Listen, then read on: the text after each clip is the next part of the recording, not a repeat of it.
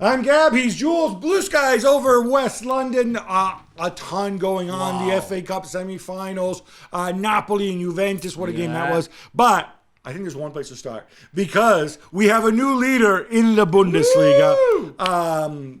Bayern somehow losing to Mainz. To help us sort through this, we've got Jan Åge Fjørtoft joining us. Jan, I'm going to go right off the bat. The word disaster, I think, psychologically, certainly reacted as if this is the end of the world.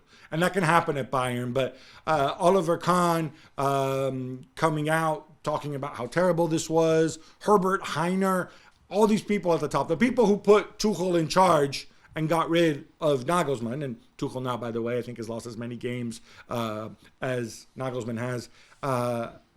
They're all at 6s and 7s.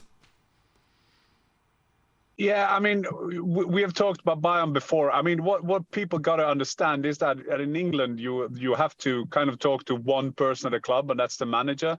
In Germany, you have seven or eight, and then you have moles added to that.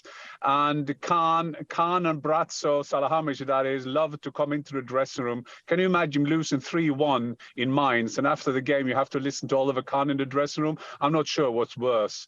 And Kahn will then after the game say, well, Tuchel is the last person we're going to talk about. Well, dear Mr. Kahn, you're the first we have to start talking about, because you said, and there are two ways to do the analysis of this one. Is that Nagelsmann was fired because the team there was no consistency. There was an inconsistency. And you can say that these 7 games under Tuchel proves that.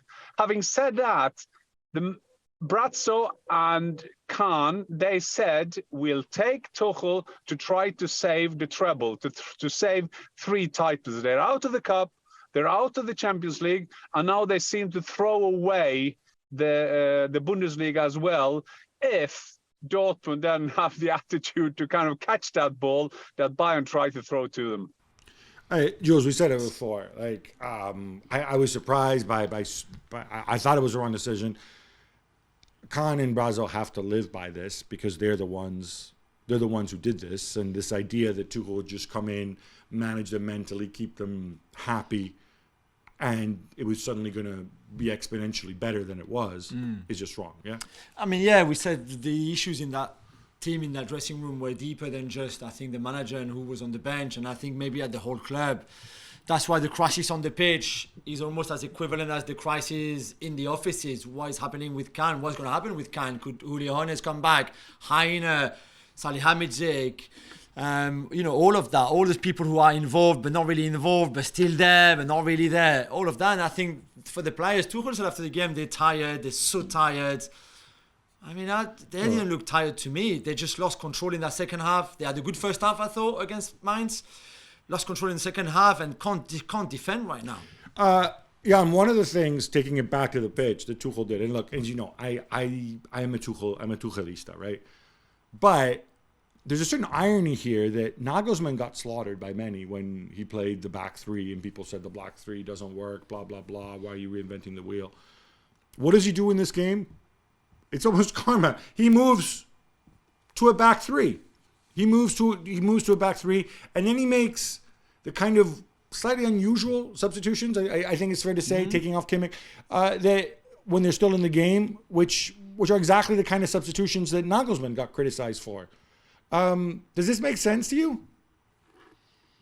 No, well, it makes sense to me that it's typical Bayern, because when you watch their games and when you watch Bayern over the years, you always got a feeling that all decisions are made through politics, and that's why it's interesting to always discuss Bayern, that off the pitch is something to do on the pitch. Well, first of all, you have the cause Thomas Müller. We always say that, or the German journalists and everybody else say, Bayern always got to play with Müller. They can't win anything without Müller. That's what I say. Okay, Müller played in Mainz, but mind you, if he's not playing the next game, people will say that same again.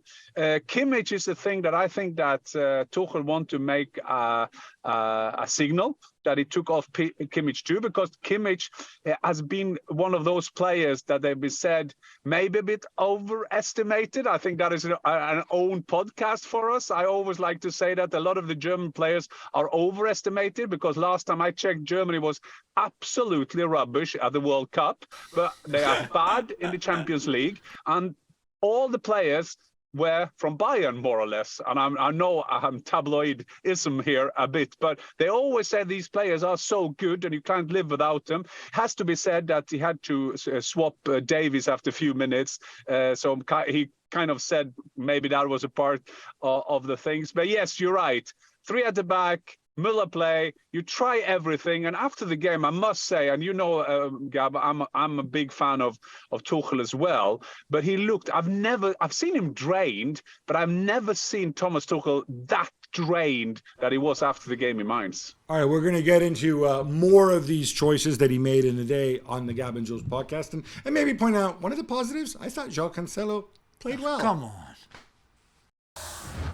Well, thank you very much for watching ESPN on YouTube. For more sports highlights and analysis, be sure to download the ESPN app. And for live streaming, premium content, and let's not forget as well, ESPN FC 7 days a week. Subscribe to ESPN Plus.